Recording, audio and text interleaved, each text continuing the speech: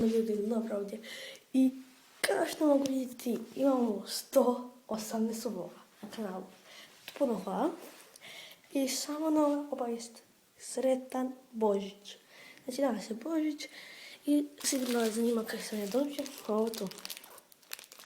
Ok, otvorit ćemo to. Ta video. Evo tu piše srce i onda moje ime. Ok.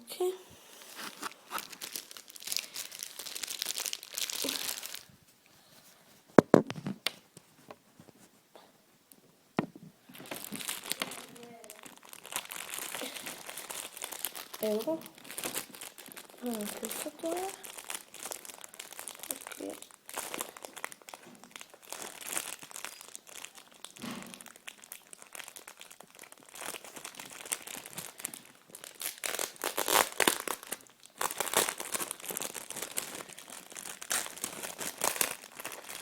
Ok, vidite.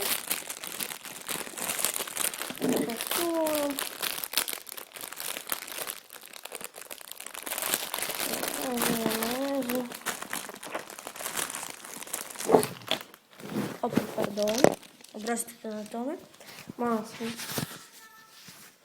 smetnja, ali evo ga. Sada ću vam pokazati šta sam ja dobio. Evo. Vidite. Što ću sada otvoriti.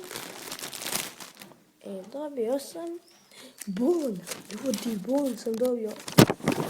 Bon sam dobio od 50 kuna. Hvala.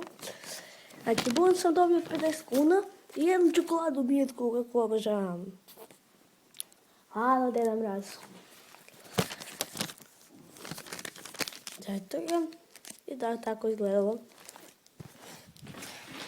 A nisam samo to dobio, nek sam dobio i od vas svih poklon. I to je bio 118 subova. I kada je bilo ono video da hoću preći 100 subova i evo ga, prešli smo preko noći, ljudi, preko noći. Kužite vi to? Preko noći sam prešao 100 subova. Puno sam vam zahvalan na tome. I hvala što ste pogledali ovaj klip. Vidimo se u sljedećem. Pozdrav!